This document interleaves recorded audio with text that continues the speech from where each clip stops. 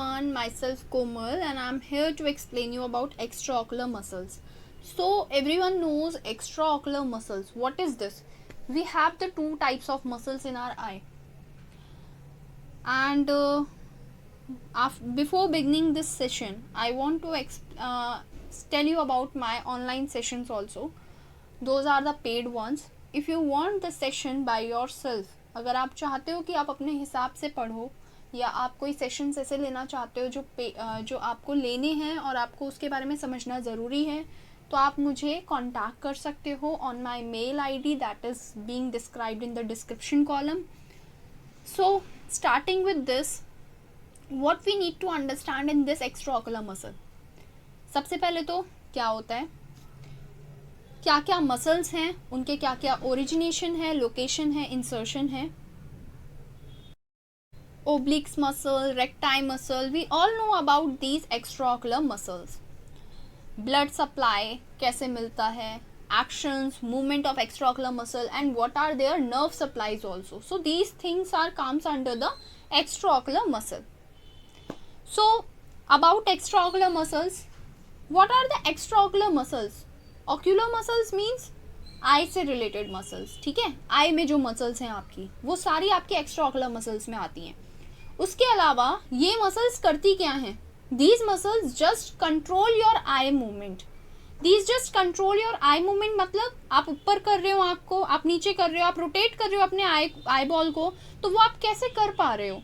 वो सारी चीज़ें आपकी मेंशन होती हैं या आगे वो चीज़ वर्क करती हैं with the help of these extraocular muscles. These are of 6 types and these are your extrinsic muscles. These are not your intrinsic muscles. Intrinsic muscles क्या होती हैं? Intrinsic muscles आपकी होती हैं, आई में दो तरीके की muscles होती हैं बेसिकली. एक intrinsic होती है, एक extrinsic होती है. Intrinsic muscles आपकी inside the eyeball होती हैं और extrinsic muscles आपकी outside the eyeball होती हैं, जो आपके eyeball को move करवाने में help करती हैं. बट जो इंट्रिंसिक मसल्स होती हैं वो बेसिकली आपकी स्पिंक्टर प्यूपिले मसल, डायलेटर प्यूपिले मसल्स, वो सारी मसल्स होती हैं जो आपकी आई के अंदर वर्क करती हैं फॉर कन्वर्जिंग और for your divergence. So these are the things comes under these extrinsic muscles only.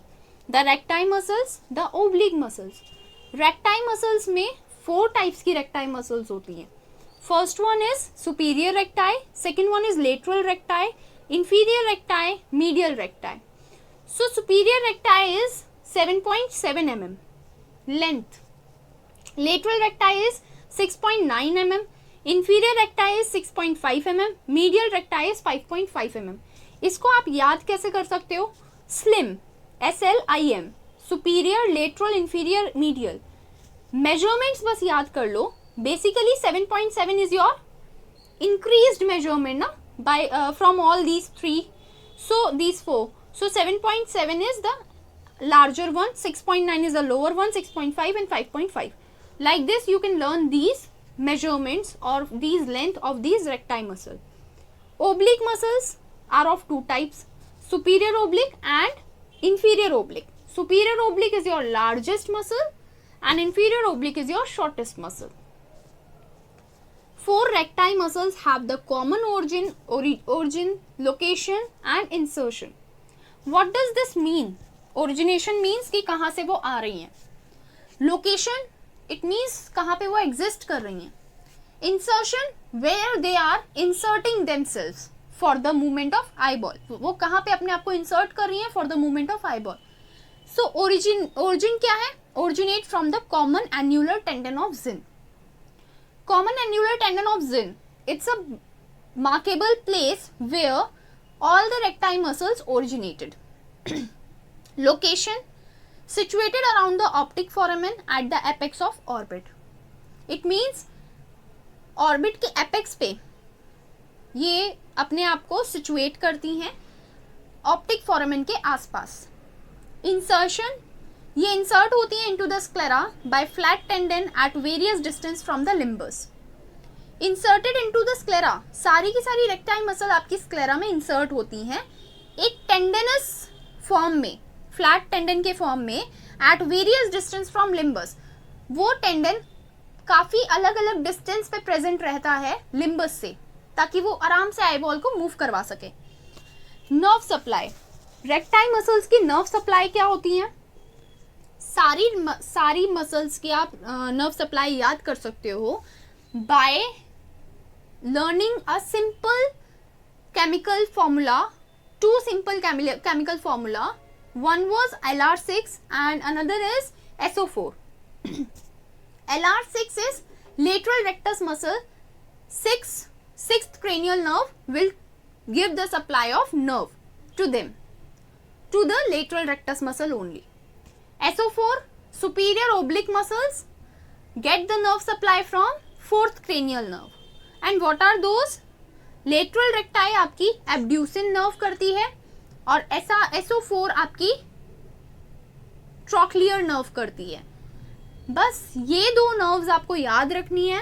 इसके अलावा जितनी भी मसल्स बचती हैं वो सब आपकी ऑक्यूलोमोटर नर्व सप्लाई करती है, नर्व सप्लाई उनको।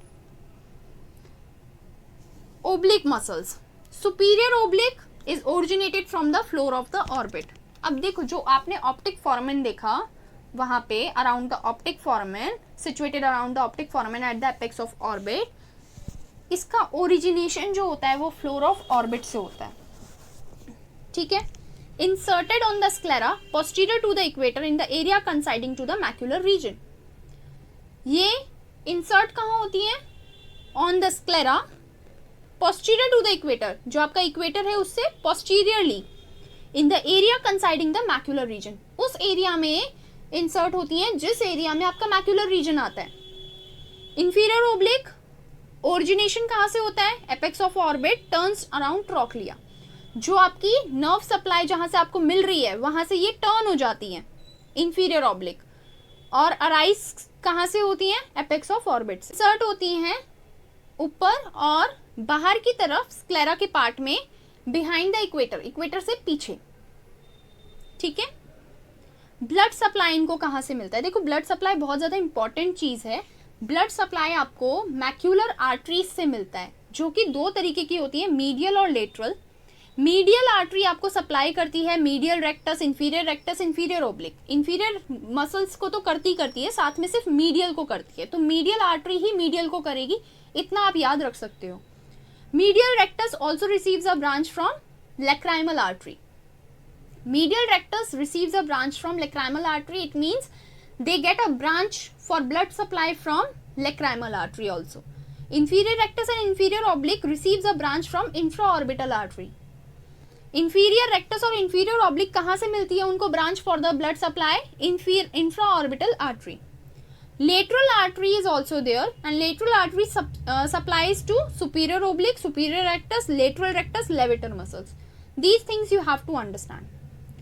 Now the actions and movements, how you learn these movements? First of all, adduction का मतलब होता है अंदर की तरफ मूव करना, abduction का मतलब होता है बाहर की तरफ मूव करना।